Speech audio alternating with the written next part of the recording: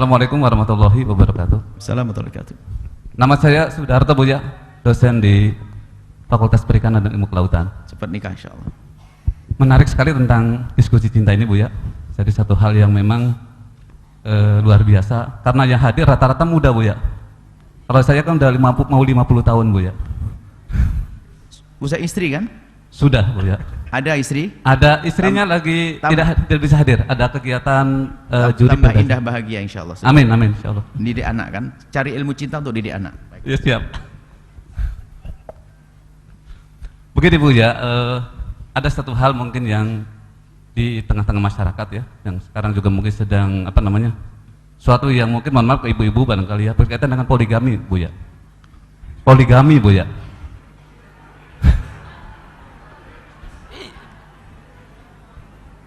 Poligami itu kan sebuah nilai Islam yang melaksanakan itu juga berat ketika dia tidak bisa beradil dan sebagainya gitu. Tentu tidak, ini yang terjadi di masyarakat kan ekstrim. Ibu-ibu sangat ketakutan, bapak-bapak sangat semangat membicarakan gitu. Akhirnya nggak ketemu kadang-kadang sesuatu yang padahal itu kan nilai Islam yang mungkin adalah sesuatu yang memberikan solusi di dalam kehidupan bermasyarakat. Yang kedua kaitan dengan puber kedua. Nah, ini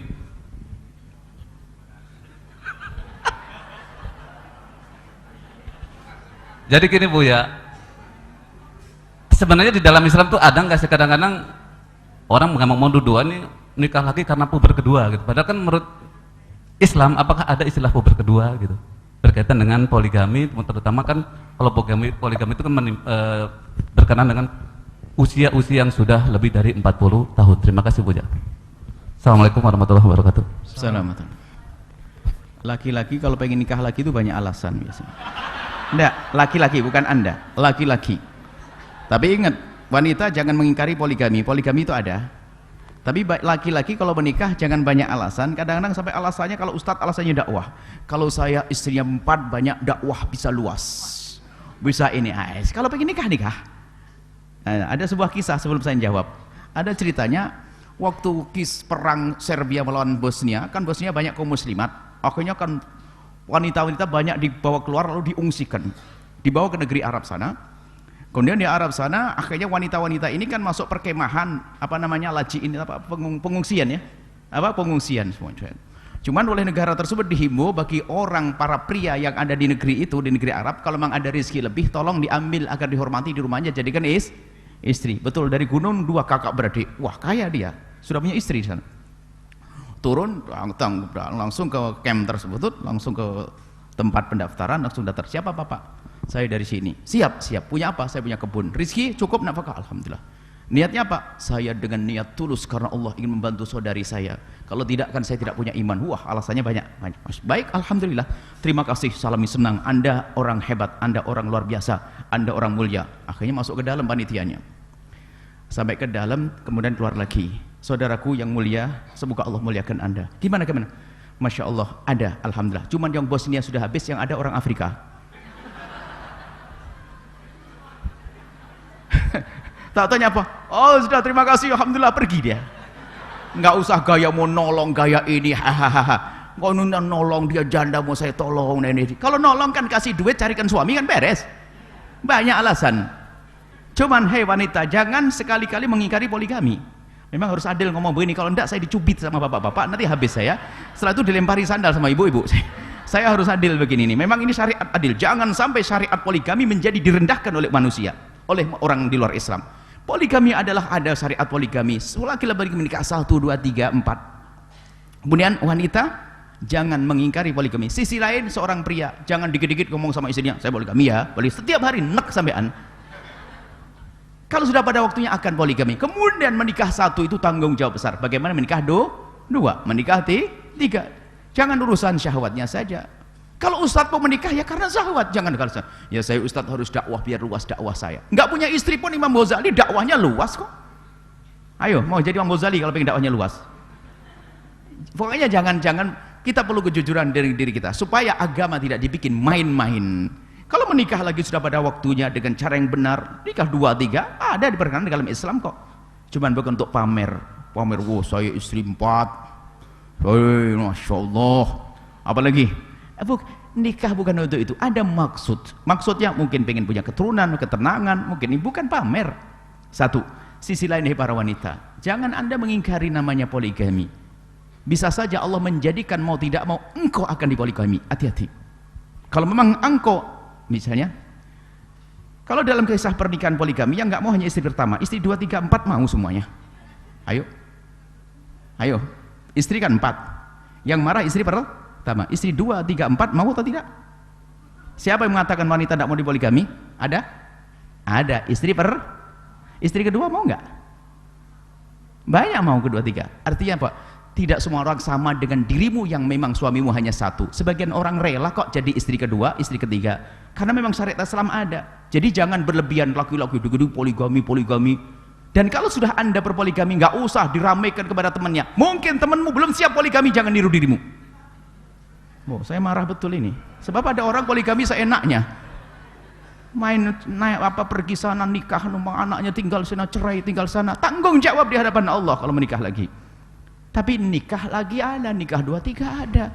Kemudian wanita tidak semuanya punya hajat sama seperti dirimu. Hajat nafkah lahir, nafkah batin, hajat keturunan ada. Ada sebagian wanita yang datang kepada saya dinikahi oleh seorang, dia sudah punya suami, bahkan saya hanya pengen ketenangan hati saya biar hati saya tidak kemana-mana. Laki-laki nggak mau, saya tidak mau nikahimu karena saya sudah punya istri. Nggak apa-apa bang, saya siap ambang sembunyikan. Tapi masa Islam semacam itu? Tapi saya rela, kenapa? Wah, kalau begitu izin Bu Yayah ya, kalau Bu Yayah yang izinkan saya mau nikahi kamu. Saya dibawa-bawa. Perempuan itu datang kepada kami. Akhirnya ibu punya anak Bu ya. Saya punya anak 2. Kemudian saya ada rasa dengan laki-laki itu, lalu saya sampaikan. Cuman dia karena dia sangat dekat, sering dengar ceramah Buya ya. Kalau Buya mengatakan iya, saya melangkah. Saya tanya, kamu siap toh menjadi istri kedua semacam itu? Siap Buya, saya sendiri begini, saya tidak pengen punya apa-apa. Saya nafkah sudah ada. Saya hanya nyaman dengan laki-laki itu paling tidak untuk teman ngobrol dan sebagainya. Yang penting itu saya butuhkan. Nah ini wanita cerdas. Karena apa? Karena dia sudah punya nafkah, nggak perlu yang lainnya. Saya hanya pengen status atau kenyamanan hati saya biar mata saya terjaga dari melihat laki-laki lain. Bener kau begitu? Jangan hanya kalian merawi, saya siap dinikahi jadi istri kedua. Tak taunya setelah itu rebut. Nah, betul, siap, saya isikan. Dan suamimu tidak bisa mendatangi Ustaz saat, nggak apa-apa Buya. Yang penting di depan anak-anak saya terhormat. Sebab anak-anak saya waktu mendengar saya dekat dengan orang itu, anak saya mengatakan, kenapa mama tidak menikah saja? Anaknya baik. Akhirnya bagaimana? Akhirnya sudah, kalau memang kamu siap semacam itu, menikahlah kau. Setelah itu menikah, memang subhanallah, dia hanya mendapatkan waktu hanya hari Sabtu makan siang sampai sore. Dan sampai sekarang pun nyaman. Karena apa? Memang wanita itu tidak punya tuntutan apa-apa, hanya dia kebutuhan pribadinya. Dia cerdas. Wong dia punya kebutuhan itu kok minta yang macam-macam, nggak dapat suami nanti. Dia jauh lebih beruntung dari sebelumnya. Sebelumnya kan tidak punya suami. Dia sekarang punya suami. Tidak diberi nafkah, tapi kan diberi nafkah batin dia. Ya, apakah orang semacam ini bisa kita katakan adalah orang yang bodoh perempuan ini? Malah sebalikannya, dia cerdas. Kenapa? Saya kalau mencari yang sempurna mungkin tambah susah. Saya punya anak perempuan 2. Dan ternyata suaminya, karena dia orang yang nerima, suaminya rezekinya banyak, sekolah anaknya dibiayai semuanya sampai selesai. Nah, tapi ingat, makanya tidak semua wanita sama. Ada wanita yang tidak mau, oke, haknya dia. Mau dia pengen menjadikan suaminya adalah satu-satunya yang akan menjadi yang diayomi dia saja. Tapi sisi lain, para suami, jangan dikit-dikit poligami. Kan lagi ya. Kalau ketemu berapa suami istrinya? Kok nikah 2, 3 kok jadi obrolan gak terhormat? Berapa? Mau duitnya banyak, mobil 4, istri cuma 1. Ini kan kadang orang ajar. Rumah 4, istri 1. Ya, kadang-kadang jadi guyonan, gak boleh ahli iman. Islam ini, poligami adalah untuk muliakan wanita, bukan untuk merendahkan. Tapi di saat poligami kau bikin permainan, Anda merusak Islam, dipandang oleh di luar Islam, Anda telah merendahkan Islam. Hati-hati. Poligami dengan persiapan, adil, yang benar, pendidikan dan seterusnya. Hati-hati. Masih mau poligami ada ancaman begini? Jangan main-main. Tapi sisi lain, ibu yang solehah, kalau memang tidak mau poligami, ya ikat suamimu. Baik-baiklah dengan suamimu yang benar. Saya sudah baik, masih poligami, ya itu nasibmu. Baru masuk bab baru lagi. Bab apa? Bab sabar. Kan pahala lagi. Buya, saya pengen masuk surga nggak pakai sabar-sabar. Ya, sombong banget memang gue punya surga. Semoga bahagia di rumah tangga. Amin. Amin ya Allah. Yang punya suami, semoga engkau jadi istri satu-satunya. Yang sudah terlanjur suaminya mempoligami, semoga bahagia. Amin. Yang sudah terlanjur ya. Yang belum, tolong dijaga yang benar, biar Anda menjadi istri satu-satunya yang benar. Kemudian tadi masalah puber kedua.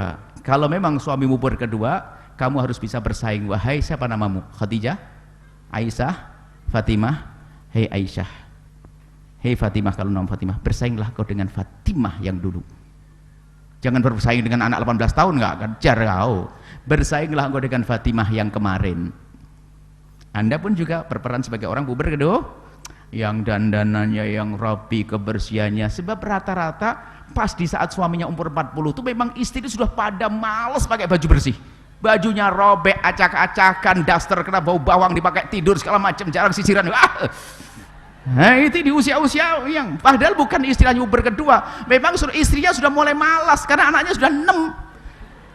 Dulu sebelum punya anak, masya Allah dandannya, giliran punya anak 6 mestinya tambah berdandan. Maka bersainglah engkau dengan Aisyah yang dulu. Hei Aisyah, mana ada namanya Aisyah yang sudah nikah? Bersainglah kau dengan Aisyah yang dulu, bukan bersaing dengan tetanggamu yang masih 18 tahun, nggak ngejar kau, tapi dengan dirimu yang lalu membuat perubahan.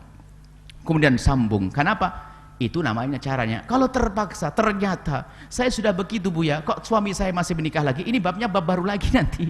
Babnya ya doa jangan, kan begitu ya. Tapi kalau sudah terjadi, maka ada pendidikan. Semuanya harus selamat. Yang suami punya istri satu, semoga selamat dan bahagia. Impian kita itu.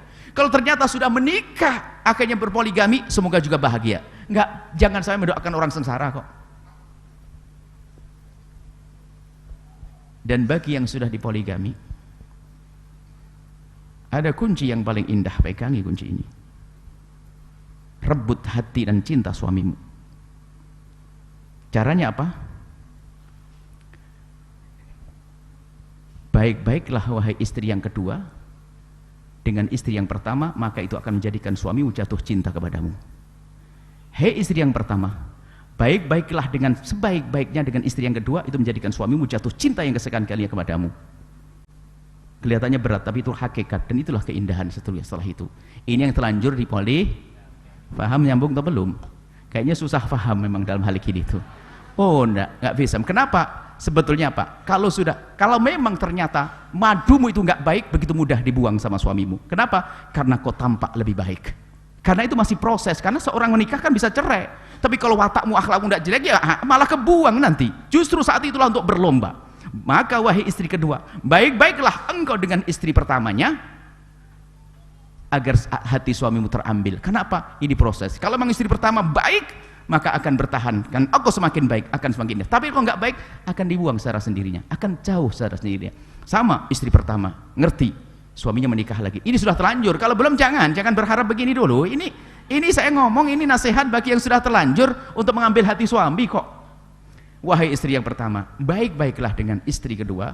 Kenapa? Suamimu akan jatuh cinta kepadamu dan habis hati suamimu untukmu. Kalau istri kedua ternyata akhlaknya tidak baik, begitu mudahnya dia kembali kepadamu.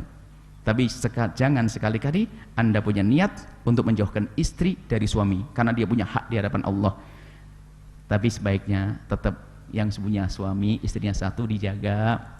Cuman kebanyakan wanita itu adalah yaitu karena cueknya, karena ininya, giliran sudah kadang-kadang Masya Allah paling hobi HP-an, sampai suaminya datang tuh ditinggalkan main HP sendiri, sinetron sendiri, di kamar sendiri. Oh ini yang suaminya nikah lagi baru jerit-jerit. Oh dari kemarin suaminya bingung ngomong saja, aduh masih HP-an, ngomong komputeran, ngomong maskeran.